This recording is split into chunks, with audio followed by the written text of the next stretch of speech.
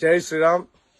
ಆತ್ಮೀಯ ಭಾರತ ದೇಶದ ನಾಗರಿಕ ಬಂಧುಗಳೇ, ಏನು 22ನೇ ತಾರೀಕು ಪ್ರಾಣ ಪ್ರತಿಷ್ಠೆ ಶ್ರೀರಾಮಚಂದ್ರನ ಪ್ರಾಣ ಪ್ರತಿಷ್ಠಾ ಕಾರ್ಯಕ್ರಮ ನೆರವೇರ್ತಾ ಇದೆ.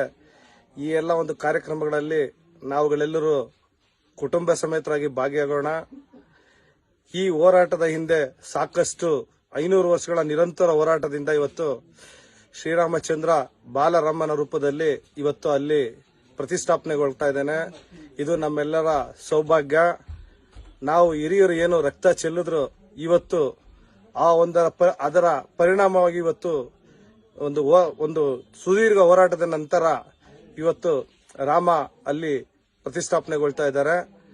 ಹಾಗೆ ಈ ಒಂದು ರಾಮನ ಕೆತ್ತಿದಂತ ಶಿಲ್ಪಿ ನಮ್ಮ ಕರ್ನಾಟಕ ಮೂಲದವರು. ಅದು ಒಂದು ನಮಗೆ ಸಂತೋಷದ ವಿಚಾರ.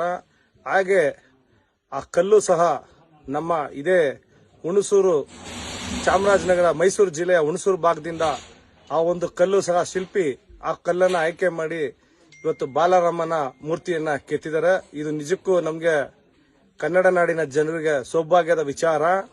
ಅದಕ್ಕೆ ಅದೇ ರೀತಿಯಾಗಿ ಹನುಮನ ಎಲ್ಲಿ ರಾಮನು ಅಲ್ಲಿ ಹನುಮ ಹುಟ್ಟಿದ ಈ ನೆಲದಲ್ಲಿ ಈ ನೆಲದ ಕಲ್ಲು ಹಾಗೆ ಶಿಲ್ಪಿ ಇವತ್ತು ಇಲ್ಲಿನವರು ಆ ಒಂದು ಶಿಲ್ಪವನ್ನ ಕೆತ್ತಿ ವಿಗ್ರಹವನ್ನ ಕೆತ್ತಿ ಇವತ್ತು ಅಲ್ಲಿ ಅಯೋಧ್ಯ ಸನ್ನಿಧಿಯಲ್ಲಿ ಶ್ರೀರಾಮ ಪ್ರತಿಷ್ಠಾಪನೆಗೊಳ್ತಾರೆ.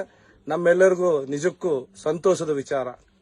ಈ ಒಂದು 22ನೇ ತಾರೀಕು ಆ ಒಂದು ಕಾರ್ಯಕ್ರಮದಲ್ಲಿ ಪ್ರತಿಯೊಬ್ಬರು ಕಾರ್ಯಕ್ರಮವನ್ನ ನೇರವಾಗಿ ವೀಕ್ಷಣೆ ಮಾಡಿ ಹಾಗೆ ಮನೆಗಳಲ್ಲಿ ದೀಪಾವಳಿ ಹಬ್ಬನ ಯಾವ ರೀತಿ ಆಚರಿಸ್ತೀವಿ ಅದೇ ರೀತಿ ಮನೆಗಳಲ್ಲಿ ದೀಪವನ್ನ ಹಚ್ಚೋದ ಮುಖಾಂತರ ಸಂಜೆ ದೀಪವನ್ನ ಬೆಳಗೋದ ಮುಖಾಂತರ ಶ್ರೀರಾಮನಿಗೆ ನಾವು ಭಕ್ತಿ ಪೂರ್ವದಿಂದ ಭಕ್ತಿ ಭಾವದಿಂದ ನಮಿಸೋಣ ಅಂತ ಈ ಸಂದರ್ಭದಲ್ಲಿ ನಾನು ತಮ್ಮೆಲ್ಲರಿಗೂ ಹೇಳೋದಕ್ಕೆ ಇಷ್ಟಪಡ್ತಾ ಇದ್ದೇನೆ.